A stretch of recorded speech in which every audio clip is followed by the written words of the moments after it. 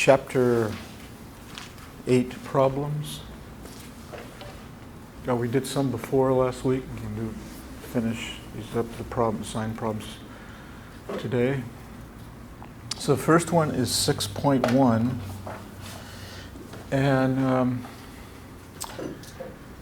this is just a differential calculus, but let me set this thing up for you here. We found that the dimensionless absorption coefficient, this particular version of it, alpha over k. Remember, alpha has dimensions of 1 over length, right? And so does the wave number. So this is dimensionless. And we found, if you look at equation 6.14 in the book, and we derived this, we found that for a single relaxation process, this is this dimensionless absorption coefficient. Omega is the frequency here of the sound wave, the angular frequency of the sound wave. Tau is the relaxation time of the process. And these are quantities that R is universal gas constant. And these C's are defined for convenience in the book. We'll get to those later. Actually, in another problem, we'll deal with these. It's not relevant in this problem. So if you look at this function here, you want to think of this as a function of frequency. Okay, where you have for fixed parameters here. All the other things are parameters that are fixed, and we're varying the frequency. And you'll notice here that as the frequency goes to 0, the dimensionless absorption coefficient is going to go to 0, right? Because this just goes to 0, that causes no trouble. This goes to 0, so it's going to go to 0.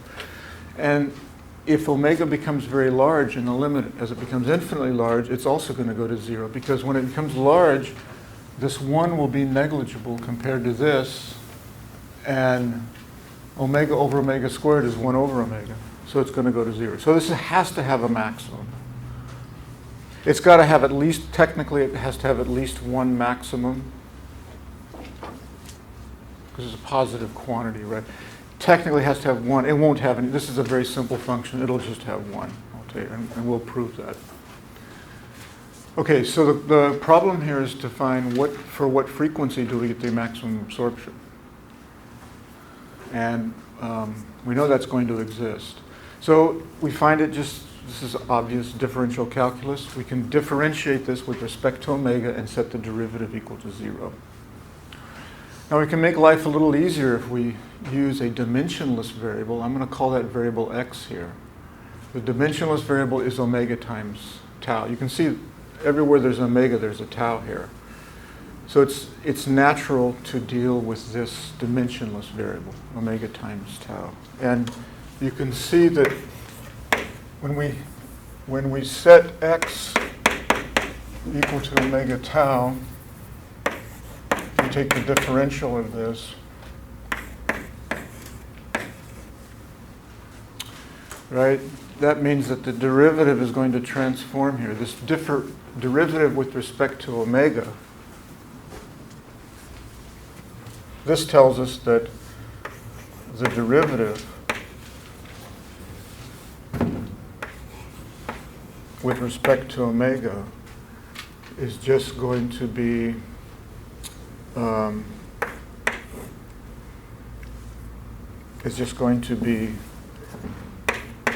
tau times the derivative with respect to x.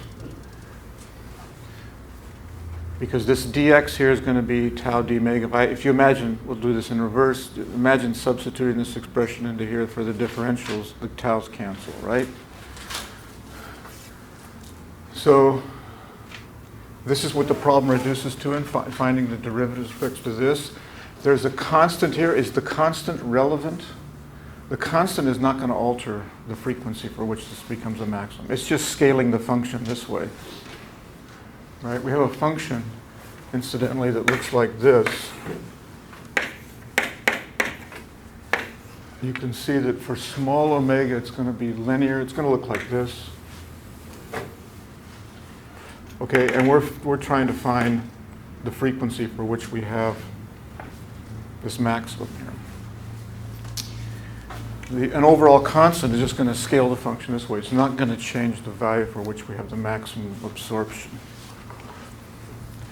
So this is irrelevant. The tau outside here is irrelevant. And the problem reduces just to this purely mathematical problem of finding where the slope is equal to 0, differentiating this with respect to x and setting the derivative equal to 0. So you know how to, this is all just straight, simple differential calculus. The derivative of the first term is 1 times the denominator. Use the usual quotient rule or product rule here. And now the denominator is irrelevant here. We're trying to find out for which values of x this is going to be equal to 0. We can just eliminate, you can absorb that in the 0. And this becomes very simple, and the solution has to be positive. The solution is 1. So if x is equal to 1, what does that correspond to? It means that the frequency for which we have the greatest absorption is omega equals 1 over tau, which means the actual frequency is 1 over 2 pi tau. Okay. So we you know, in lecture we sort of, this was just stated. We didn't really prove it. If you go back, it was just kind of stated. Or we said it was roughly going to be a maximum for those kind of frequencies. Well, it turns out it's exact. That's exact. That you get the maximum absorption when the angular frequency is precisely equal to 1 over the relaxation time. Okay, any questions about that one? Pretty simple. Okay, the next one here we get into this notation. If you look at equation 619 in the book, this is another form of the dimensionless absorption. It differs by a factor of 2 pi from this. Okay, but this is what's relevant for experimentally or dealing with actual fluids, absorption in actual fluids. It's the absorption per unit wavelength, basically. Absorption over one wavelength. So, and it differs by a factor of 2 pi from this. So we're just going to use this right now. This is,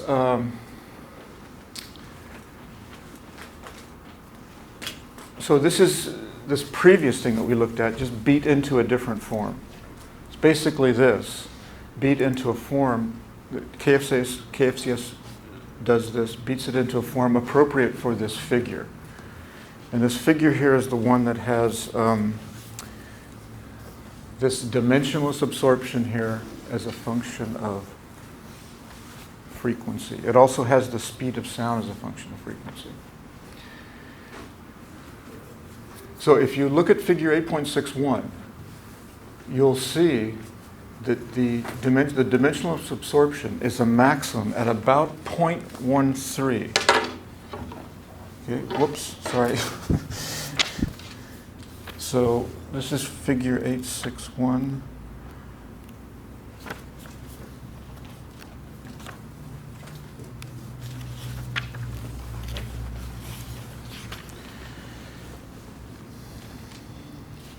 So if you look at that, and of course you want to use the axis labels to the left, okay? You'll see that it's approximately a maximum at 0.13. Okay, so what does that mean in regard to the formula here? The 8.6.1 is a plot of this. What does it mean? Well, it means that at the maximum, we have a maximum value here, it's 0.13. We know that the maximum value is going to correspond to f equals f sub m. Okay, so we set f equal to f sub m, and what we find here is that this mu max is simply the maximum value of the absorption. They inserted a factor of 2 such that that would come about. But it's not obvious until the meaning of mu max is not really obvious until you do this, okay? So anyway, what we're finding from this case of, I guess it's carbon dioxide, that the mu max is 0.13. That's the maximum value of this dimensionless absorption here. Okay. So,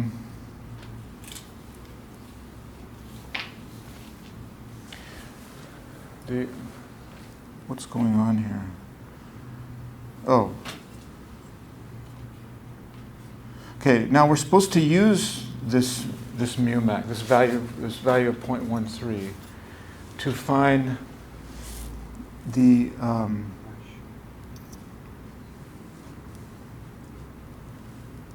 fraction of carbon dioxide molecules in an excited state in one of these flexural modes, right, of the carbon dioxide.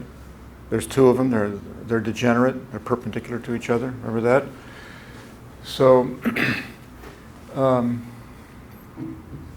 we want to find this H function. H, called the population function, is the fraction of the molecules in an excited state. So you imagine there's a ground state, okay, and a certain fraction of those is going to be in an excited state, and that's going to be a function of temperature. When the temperature is very low here, they're all going to be in the ground state. H will be 0. So as you raise the temperature, and there are collisions. Now, temperature means there's this microscopic kinetic energy, so there are collisions among these molecules. So if you look at any molecule here, it can be, the flexural motion can be kicked up into an excited state. So we're actually going to find the value of H here. So to do that, we need to use this equation in the book. This tells us what is a formula for mu max. Okay, so what do these things mean? Well, again, R is the universal gas constant. Okay, and if you look in the notes or in the textbook, these CE and CI are quantities conveniently defined to be these values, or these functions right here. So CE is just 5 R in our case. CI is 2 times R times the population function. And the population function is what we want. So if you look at this, we know mu max, we know the universal gas constant, we know CE, CI, we've got one equation and one unknown. So you can find H. And I do it here, you should check this. You'll notice that the universal gas constant cancels out. You don't need to use that value. This is one reason that people don't immediately start punching things into a calculator. Okay, sometimes it's good, not always, but often it's good to just proceed algebraically to get to the final point because of simplification. And you come up with a nice algebraic function. So you can see here that the R cancels. We can invert this, and we get that it's about a third of the molecules on the average. So in other words, if you have a large ensemble of these carbon dioxide molecules, which is going to be the case almost always, a third of them will be in an excited state. And this is remarkable. This is a quantum mechanical function. This is a part of the quantum mechanics of this system, and we're using classical acoustics here to what we would think of as classical acoustics, and we can derive a quantum mechanical function. Okay, now there's more to this. You remember in this figure, plotted is not just the absorption, but the speed of sound. Due to a relaxation process, the speed of sound actually changes. It's typically not very big. So that's what the next part of this problem relates to.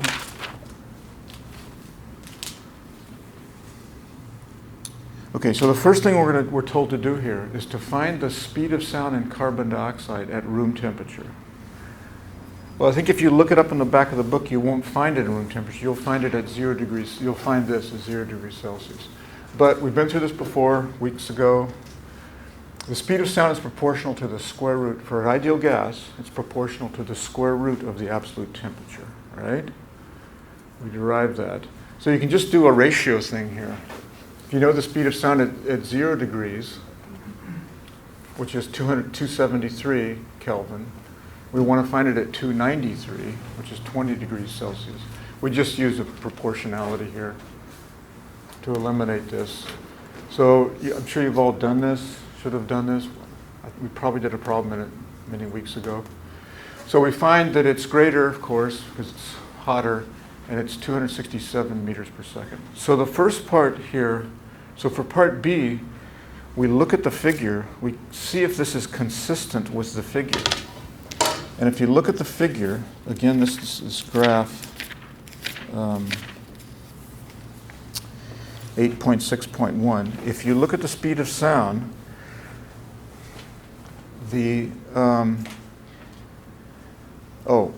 now this is the low frequency. This is when the relaxation process is not really playing any role. The sound waves coming by,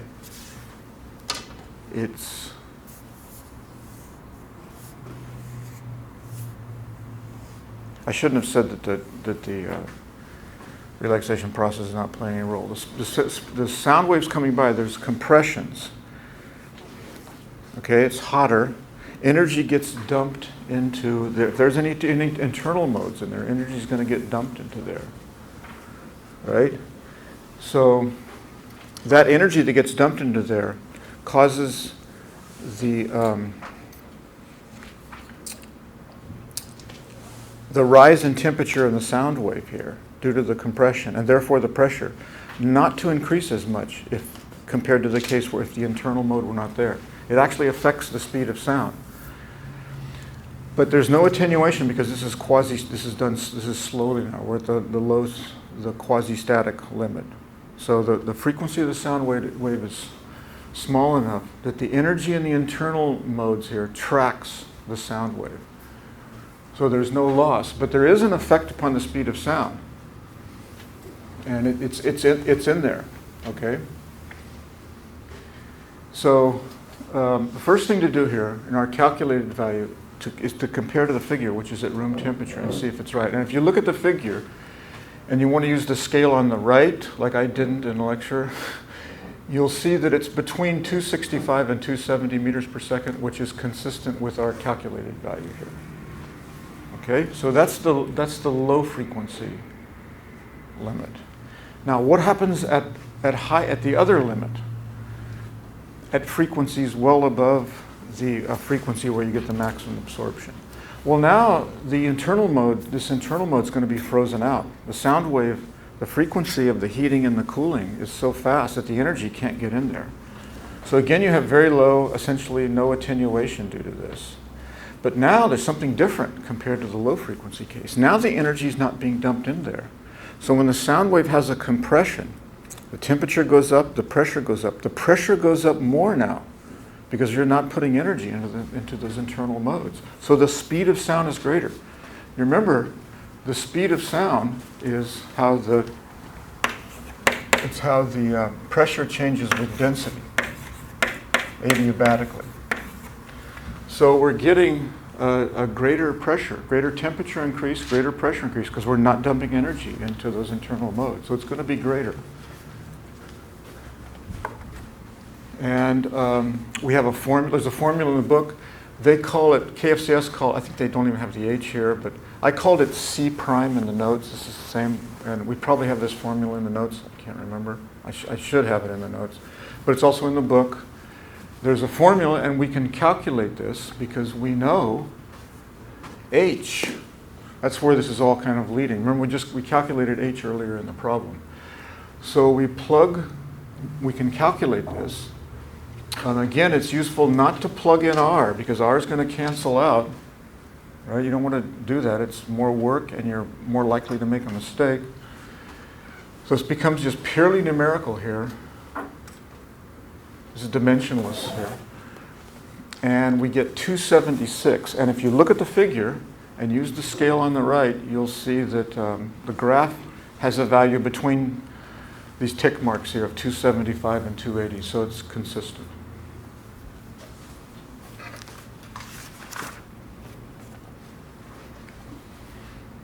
Okay, anybody have any questions on that one?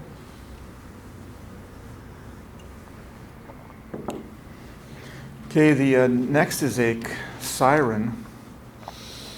And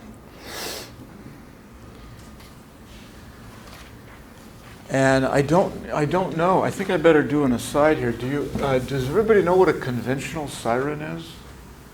I have to say conventional because I'm sure they use that word now for, there's probably digital sirens out there. But there's a big advantage to conventional sirens. Do you guys know how this works? It's a real simple idea. Let me explain to you.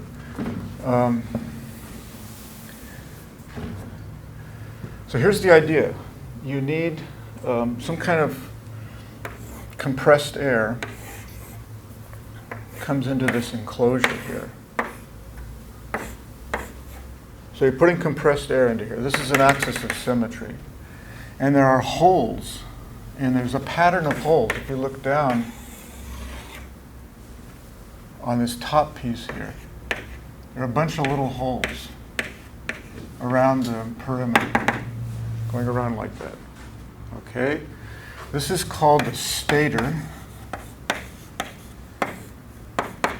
Okay? And inside here, on an axle, is a rotor. And the rotor, so it's rotates here. Hence the name. And it's got holes that match up with those holes. So this is rotating around, okay? It's got the same hole pattern as the stator. So what's happening here is that, and this is a very small distance.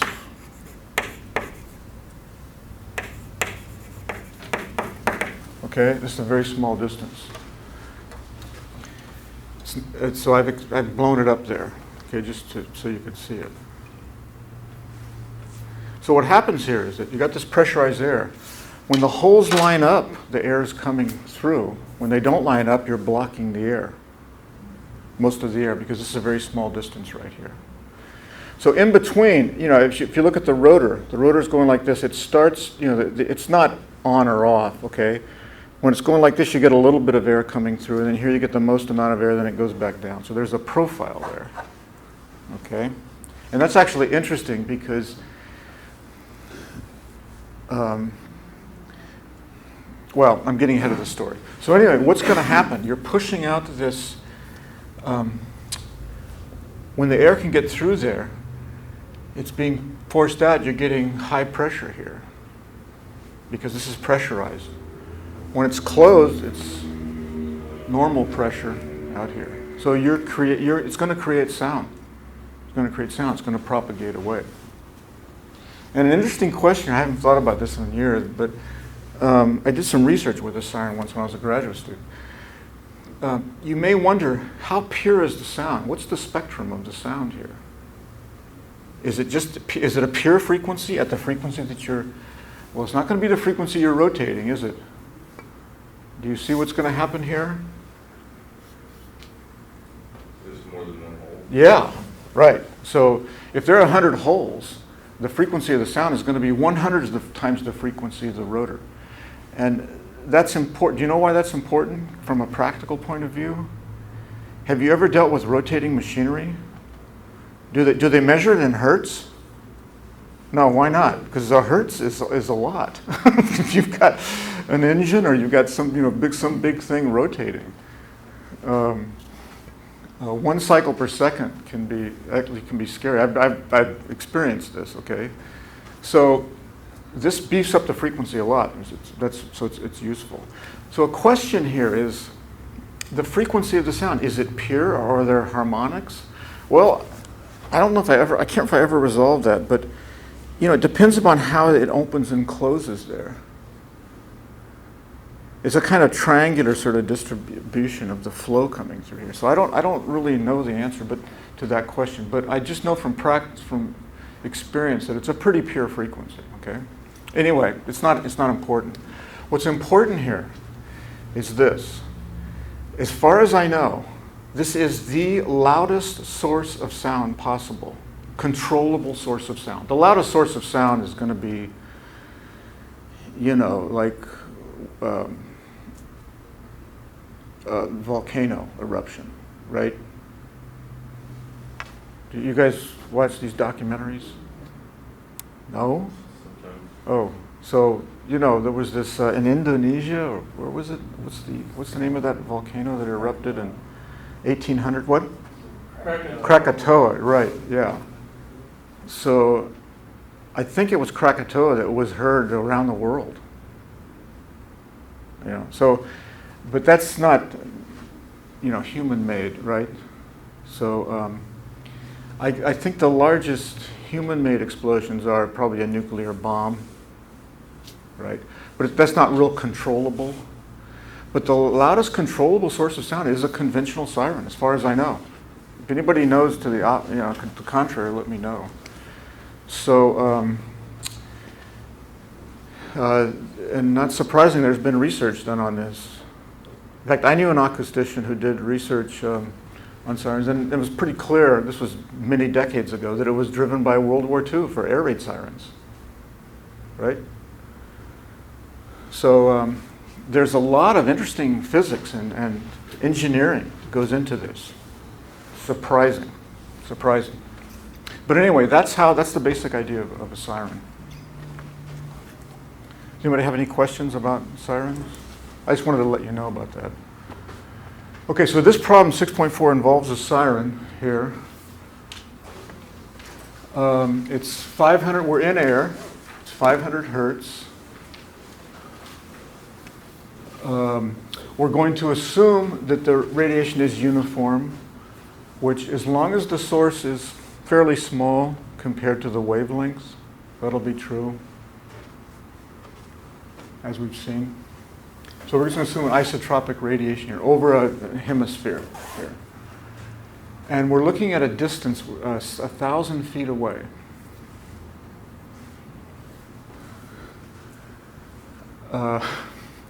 So the first thing we're going to do without thinking about it is convert this to meters. It turns out to be about 305 meters here. Okay? And there's a sort of requisite pressure here. We want to get a certain pressure level at that distance, and it's 60 dB. Okay? So just accurate, very accurate, precisely, it's 60 dB reference to 20 micropascals, right? Well, in this problem, we're dealing with intensity, so it's better to use the intensity measure. And we know that approximately that's going to be the same decibels, but referenced 10 to the minus 12th in watts per square meter. There's a slight difference there. We're going to let. It's not important.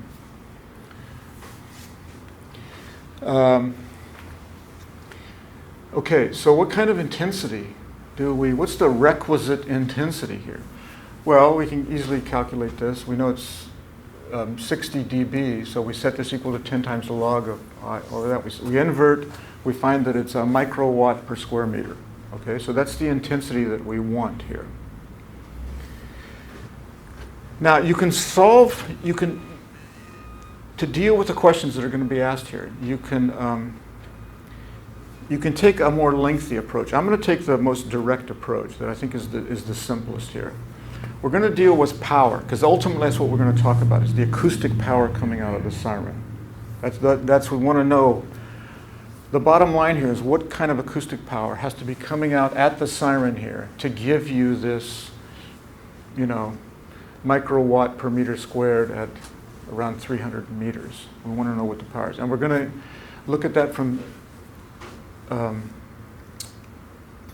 different perspectives on the absorption here, starting off with no absorption. So we're going to let capital P sub 0 be the acoustic power coming out of this at the source. Now, if we assume no absorption, then what does this have to be? Again, this is going to be our focus right here. This is what we're going to calculate. What does the acoustic power have to be at the source to get this 60 dB at that distance? Well, we know, without losses, assuming no losses, we know that the acoustic power leaving the source here will be the power coming through this hemisphere here. And assuming uniform intensity, nice isotropic pattern, it's just going to be the intensity, the power per unit area, times the area. And the area of this hemisphere here is going to be 4 pi r squared divided by 2, so it's 2 pi r squared. Okay, so assuming no losses, the acoustic power coming out of the source has to be 0.584 watts. All right? Okay, that's pretty simple. Now, let's successively get more realistic here. The first thing we're going to, or I don't know, however you want to think about it, the first thing we're going to do is just assume that only the thermoviscous losses are present. We're going to ignore the molecular relaxation. Okay? So this is the classical absorption coefficient. You can look this up. It's in a table in the book. We've talked about this before, I think. It came up in the last problem set, actually. You can look up the classical absorption coefficient for air. And it's proportional because the relaxation time is short. We're essentially always at low frequency. It's going to go like f squared, remember? So we use this value. We just plug in our frequency. We calculate the absorption coefficient, the classical absorption coefficient. All right? So now, what do we do with that? Well, the simplest way to handle this is to recognize that the power that's coming out here is going to be less than the power delivered by the source, by the amount, due to the attenuation. And we know that the intensity is going to fall off as e to the minus 2 alpha r. There's a 2 here because this is reference to pressure, right? The minus alpha r, e to the minus alpha r is how the pressure decreases. So the intensity is proportional to the square of that. So the intensity is going to fall off like this, and therefore the power is going to fall off like this. So this is the way I like to do the problem, is just, you have to think a little bit here, but it's much easier than just cranking through the math, which can be actually a little bit confusing here. So I went to this some years ago here. So the acoustic power coming out here at some distance r is going to be down from the acoustic power at the source by e to the minus alpha r. So this means we can find out what the power at the source has to be, because this is dictated to us. It's got to be the power associated with this intensity, which is this right here.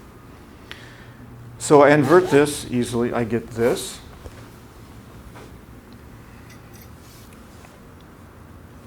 And this is a value that's specified for us. And you see that we have to beef it up because of the losses. We're going to have to deliver more, obviously. And when you plug the numbers in, you get, look at that. 1 part out of 600 is really tiny, okay? So even though there are losses here, this is completely negligible in this case, for this in this situation, for this frequency and this medium, right?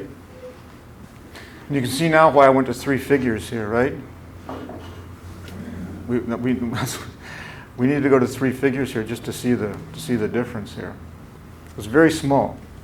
Okay, so that's the classical absorption coefficient. Those are the thermoviscous losses, right? The next thing we're going to do is we're going to do dry air. So there's no water molecules in there. And by no water molecules, I think you would probably mean extremely few, right? A little bit of water molecules, what's going to happen? The results are going to, the way we say this is, the attenuation is going to be sensitive to the water, just a few, very sparse amount of water molecules in there. It's going to change the relaxation frequency, and that changes the curve, the absorption curve, right? From the famous diagram. So this kind of thing has caused trouble historically in science. One of the most famous examples is cavitation. You guys all know what cavitation is, right? And you can get acoustic cavitation. Acoustic cavitation is when you have a sound wave that's amplitude is so high. Did we talk about this in this class? Or we did. Yeah, right. I put that right over here. I put some sketch on I remember. Okay, it might still be there the way the boards are.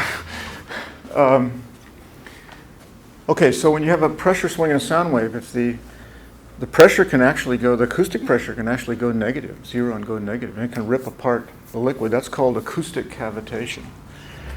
So this is important for a variety of reasons, and it's naturally been experimentally investigated. And people, you're going to have, the point here is this: there's going to be a certain cavitation threshold.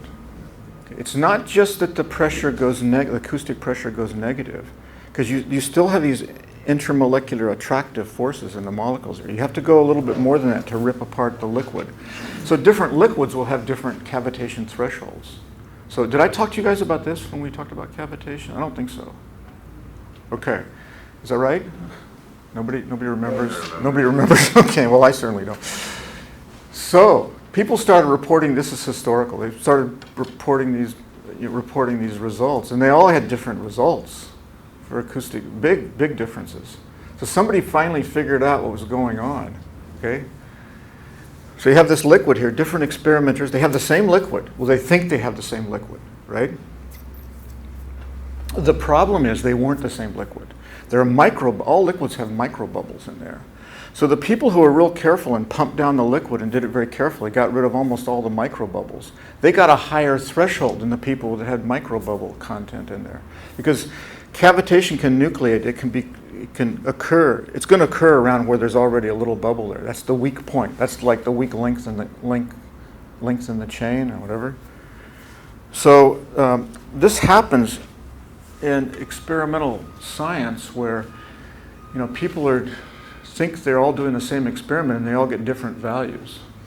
And this is potentially one of those cases. Everyone says, oh yeah, we had dehumidified air, but they got you can see from what we talked about in lecture, you can get very different answers with just a little bit of, in this case, humidity.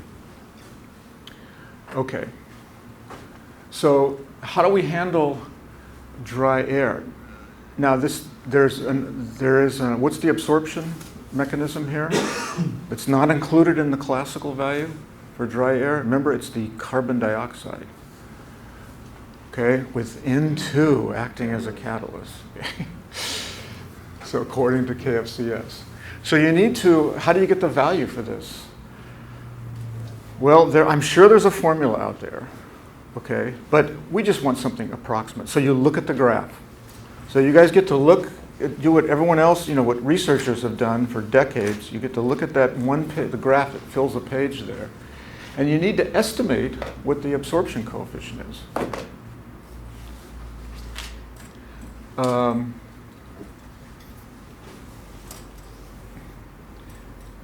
I just had a real bad feeling here.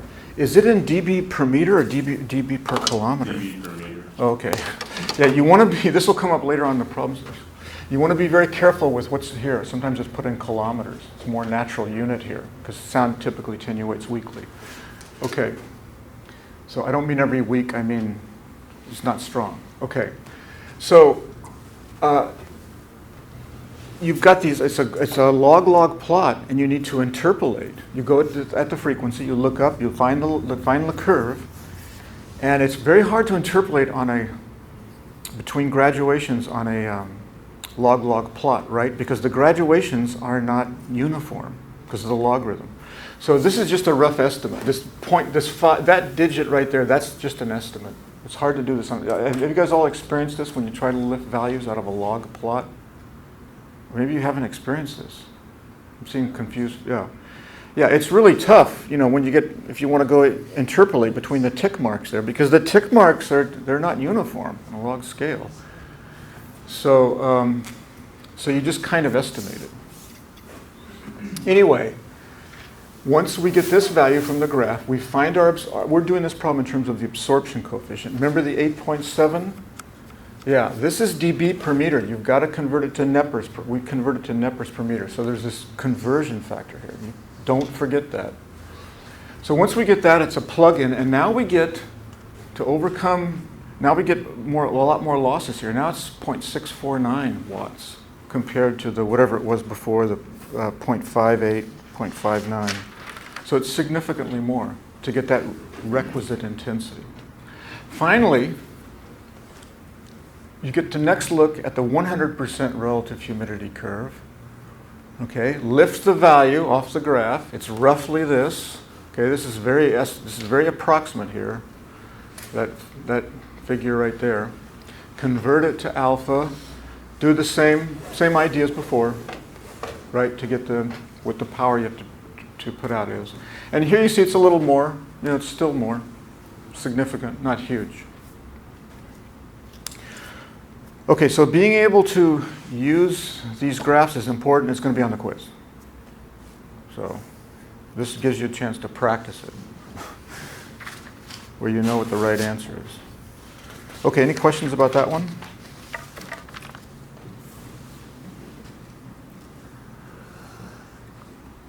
So the final problem here, most of the problem is dealing with these formulas to calculate an absorption coefficient. When you just need a rough value and you got a graph, you can get it off the graph. And a lot of people do that, as I've told you.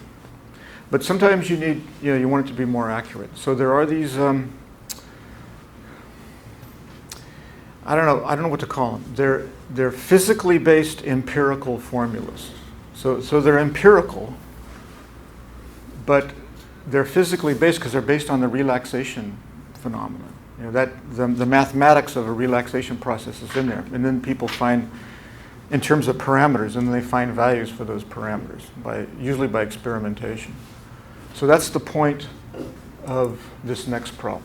Before we get to that, though, there's a little bit of dimensional analysis here. This is interesting because it takes a surprising amount of work and a little bit of thought here. The absorption coefficient has to have dimensions of 1 over length. So the purpose of this first part of the problem is just to verify that those are the dimensions. So here's for the formula, we'll use the classical absorption coefficient here. Okay. Oh, sorry. The classical absorption coefficient has 0 bulk viscosity, okay? But it's not going to matter here because we're just lifting off the dimensions from here. So what's the dimensions of omega? It's 1 over time. So I get a 1 over t squared here. Density, mass per volume. Okay, no problem. Speed of sound, length per time cubed. Excuse me. What are the dimensions of viscosity? Well, you can look this up. You can do it real quickly on the internet, I'm sure. But it's more interesting and it's better if you figure out what the dimensions are. So how can you figure out what the dimensions of viscosity are? Well, it goes back to this classic fluid dynamic situation that we talked about, the shear viscosity effect, where we have a fixed plate here, and we have a moving plate here, okay? And we got this fluid in here, right? The velocity profile here, the particles right on the surface here are moving at the same velocity as the plate. They're moving at 0 velocity here because this plate's not moving. And then they have this linear distribution here. They look like this. So there is a force. To move this plate with constant velocity, a force is required. Okay, and that force is going to involve the coefficient of shear viscosity. The greater the shear viscosity is, the greater the force. In fact, if you double what we suspect here, and we'll show it in a it's very reasonable, physically reasonable, that if you double the viscosity, you're going to have to double the force. So what's the force, how should the force behave here? How's it going to behave in terms of parameters? We've got some length here. I'm going to call this delta y. We're just going to deal with delta u here. Unfortunately, I'm going to call this delta u. That looks a little confusing, but don't worry about it. There's an area. We got these plates, and there's an area. How do you think the force is going to scale in terms of the area? If I double the area, to maintain a constant velocity here, a specific velocity, if I double the plates, I'm going to have to double the force, neglecting edge effects. Okay, so we're assuming that the edge effects are small here. It has to scale with the area. So we have to have an area here. Okay, it's reasonable that it scales with the coefficient of viscosity. Like I said, if you double the shear viscosity, you're going to double the force. Now, how else is it going to depend upon here? Well, it's going to depend upon this slope. When it's not moving, the force is 0. So it's very reasonable to assume that it scales with the slope. And this turns out to be experimentally correct. So this is how, when I want to know the units of viscosity, well, to be honest with you, I'll just usually look it up on the internet, but if I'm not, if I have to walk over to a computer, I'm lying in bed or something like this, I'll say, oh, I can do this. So you can see that we can get the dimensions from here, right? We know the dimensions of force, area, we can do it. So that's how you end up with these weird units, and the units are, yeah, you got to remember there's a time there. Anyway, here are the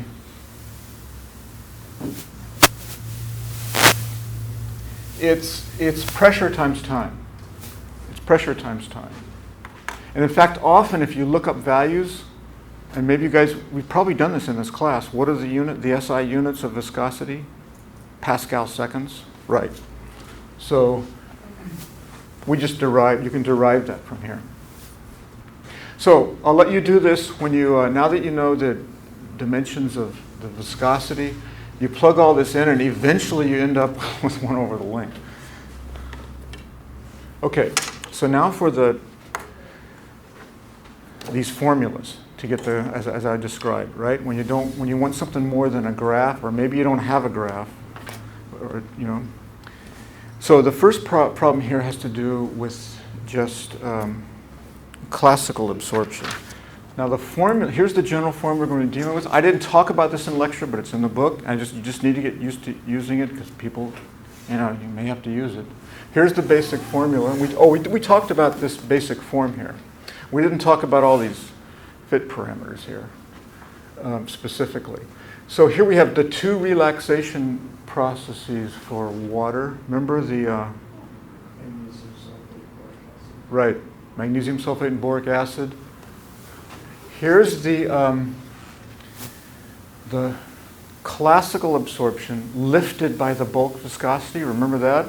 That interesting thing that may not be resolved. God, it's interesting. Anyway, so here it is. Okay, so for our first case here, for fresh water, we don't have any. We're not supposed to have any boric acid, and I wouldn't be surprised.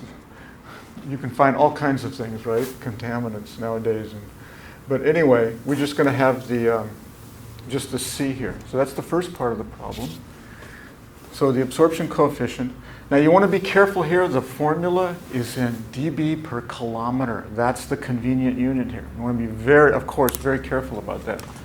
So you look this is what's in the book. The coefficient here depends upon temperature and depth. In other words, pressure, equilibrium pressure. That's why it depends upon depth, because it's going to depend upon pressure. And you just calculate this and plug it in and make sure you recognize that it's per kilometer here. So what this means is, when we're asked about 4 kilometers, over 4 kilometers, we're going to get a loss of 0.647 times 4, which is about 2.6 dB. You remember 3 dB is, 6 dB is a factor of 2 in amplitude, factor of 4 in intensity. So this is, 3 dB is, the intensity is roughly halved because this 2.6 dB is close to 3 dB, which is a halving of the intensity. So now for the next part here, now we've got salt water. I think we're told a certain salinity. I can't remember. Yes.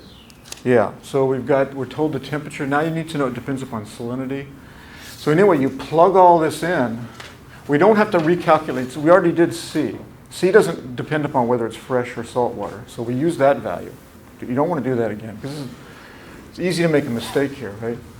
Plug everything in. I'll let you do this just for the experience. And we end up with a lot more now. It's 11.5 dB per kilometer. So over 4 kilometers, it's now going to be 46 dB.